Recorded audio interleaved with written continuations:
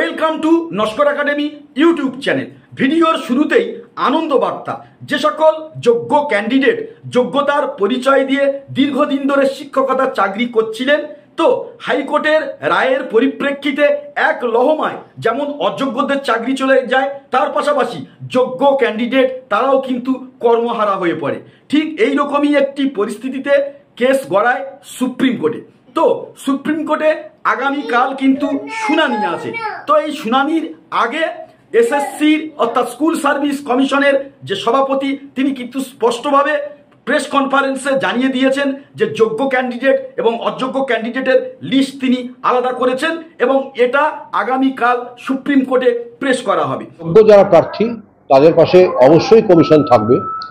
আমরা চেষ্টা করব যে মহামান্য সুপ্রিম কোর্টে এখন বিষয়টি আছে বিচারাধীন, যে মহামান্য সুপ্রিম কোর্টকে এটা আশ্বস্ত করতে যে এই তালিকা থেকে যোগ্য অযোগ্য বিভাজন করা সম্ভব। সংক্ষিপ্ত আমি কোনো যে প্রশ্নের আলাদা করে জবাব দেব তা নয়, আমার খুব সুনির্দিষ্ট বক্তব্য আছে, সেগুলো জানিয়ে আমি সাংবাদিক সম্মেলন শেষ করব।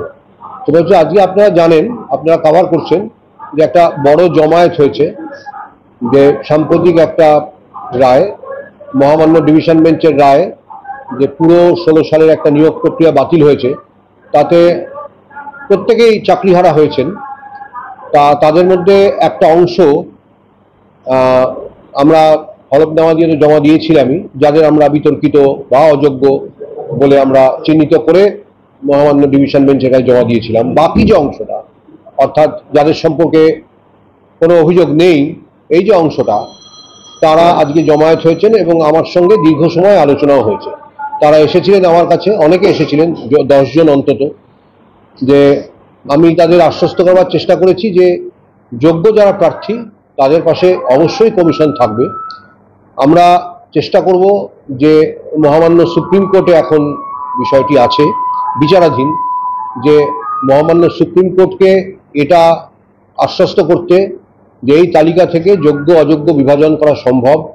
আমরা যেমন অযোগ্যদের একটা তালিকা দিয়েছিলাম অনারেবল স্পেশাল বেঞ্চের কাছে, তেমনি এই বিতর্কিতদের তালিকা আমরা অনারেবল সুপ্রিম কোর্টের কাছেও তুলে ধরব এবং তার সঙ্গে সঙ্গে তাহলে বাকি যারা রয়ে গেলেন তাদের ব্যাপারে এখনো পর্যন্ত কোনো অভিযোগ নেই, সে ব্যাপারেও আমরা একটা পরিসংখ্যান অবশ্যই দেব।